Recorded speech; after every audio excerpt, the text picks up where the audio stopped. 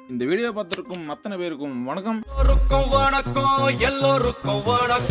அதாவது யூடியூப் வந்து சின்ன சைஸ்ல ஒரு வீடியோ வைக்கும் பார்த்தா பெரிய சைஸ்ல ஒரு வீடியோ வச்சுட்டாங்கப்பா. அதாவது இந்த அப்டேட்டை பத்தி தான் ஒரு பக்கம் ஒரிஜினல் கண்டென்ட் தான் போடணும், அது அத்தன்டிக் கண்டென்ட் தான் போட சொல்றாங்க.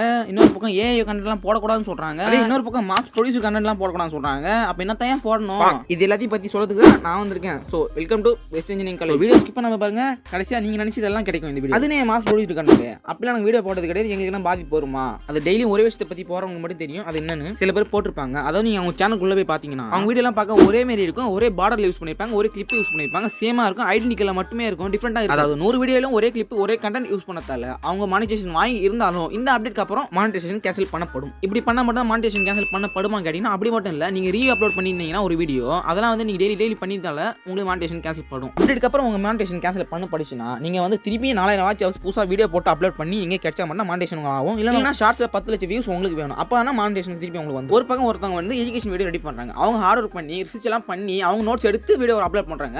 இன்னொரு சைடு காசை கொடுத்தீங்க ஓட்ட வாங்க. நான் யாரையும் புண்படுத்துற மாதிரி சொல்லல, பொதுவா சொல்றேன், சீரியஸா எடுத்துக்காதீங்க. ஃபார் எக்ஸாம்பிள் டெய்லி நீங்க ஷார்ட்ஸ் தான் பாப்பீங்களா, அதே எக்ஸாம்பிள் தான் ஷார்ட்ஸ்ல பாப்போம் சரிங்களா. நீங்க தள்ளினே போவீங்க, ஜோசியம் இந்த வீட்டில் இதை செய்யாதீர்கள், தெற்கிலில் சூலம் வடக்கிலில் மூலம் 10 சொட்டு தண்ணி வித்தால் பல வருஷம் வாழலாம் என்று ஏஐ வச்சு சொல்லியிருப்பாங்க. நீங்க கேட்டிருப்பீங்க ஏஐ வாய்ஸ் ஏஐ வீடியோ வச்சு பண்றவங்கள அவங்களுக்காக தான் கொண்டு வந்தாங்க இந்த அப்டேட். இந்த பக்கம் ஏஐ வச்சு ஏன் யூஸ் பண்ணக்கூடாது, நாங்க என்ன தப்பு பண்ணோம் அப்படிலாம் கேட்டீங்கன்னா என்னையா நீங்க பண்ணல. அதாவது பொதுவா சொல்றேன் என்ன பத்தி மட்டும். ஆமாங்க 10 வீடியோ ரெடி பண்றான் ஒருத்தவங்க, கஷ்டப்பட்டு நைட்டு ஃபுல்லா உட்காந்து ரெடி பண்றான், அவனுக்கு வந்து வியூஸ் சுத்தமா போக மாட்டேது. ஏஐ வச்சு அசால்ட்டா பண்ணணும், அதிகமா போது ஈஸியா உங்களுக்கு இருக்கு. ஸோ அப்டேட்க்கு அப்புறம் ஏஐ வச்சு போடவே கூடாதுன்னு கேட்டீங்கன்னா அப்படிலாம் கிடையாது. 80% உங்க உழைப்பு தான் இருக்கணும், 20% தான் ஏஐ உழைப்பு இருக்கணும். ஸோ அப்படி போடலாம் உங்க வீடியோ மானிட்டைசேஷன் ஆகும். முக்கியமா அப்டேட்க்கு அப்புறம் நீங்க ஏஐ வாய்ஸ் வச்சு யூஸே பண்ணக்கூடாது. நீங்க போடலாம், அதெல்லாம் ஒரு பிரச்சனை கிடையாது, பட் காசு தான் வராது. என்ன பண்ண புரிஞ்சிருக்கும்னு நினைக்கிறேன். இந்த ஒரிஜினல் அத்தன்டிக் கண்டென்ட் என்ன போ அப்படின்னு கேட்டீங்கன்னா அதே ஷார்ட்ஸ்ல ஒரு எக்ஸாம்பிள் எடுத்துப்போம். இந்த ஹூமன்ஸ் கொழுத்த குட்டின்னு ஒரு channel, animal channel, funny channel ஒரு பார்த்துருப்பீங்க நீங்க யூடியூப்ல. அந்த வீடியோ பார்த்தீங்கன்னா ரொம்ப காமெடியா தான் இருக்கும். ஆனா யூடியூப் என்ன சொல்லுதுன்னா அடுத்த வீடியோ எல்லாம் எடுத்து போடக்கூடாது, முக்கியமா வந்து 70% வந்து போடவே கூடாது, 20% தான் போடணும், அதுல 80% உங்க உழைப்பு இருக்குன்னு சொல்றாங்க. யூடியூபே சொல்லிச்சு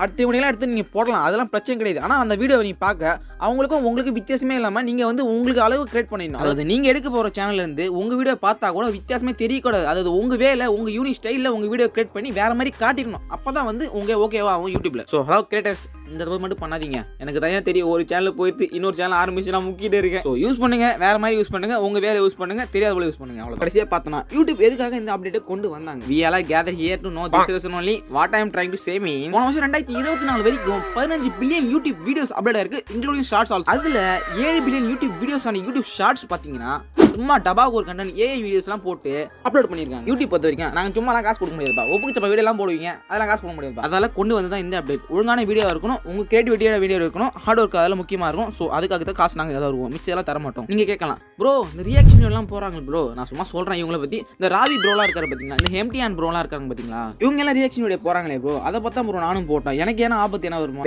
ஆஃப் கோர்ஸ் இந்த ரியாக்ஷன் எல்லாம் போறாங்க பாத்தீங்களா, அவங்களாம் ஃபேஸ் வச்சு தான் வீடியோ போடுறாங்க. ஆனா மேல ஒரு ரியாக்ஷன் வீடியோ யாருது? அடுத்தவங்க வீடியோ தானே, அடுத்தவங்க வீடியோ ரியாக்ட் பண்ணி தான் நீங்க யூடியூப்ல வீடியோ போடுறீங்க.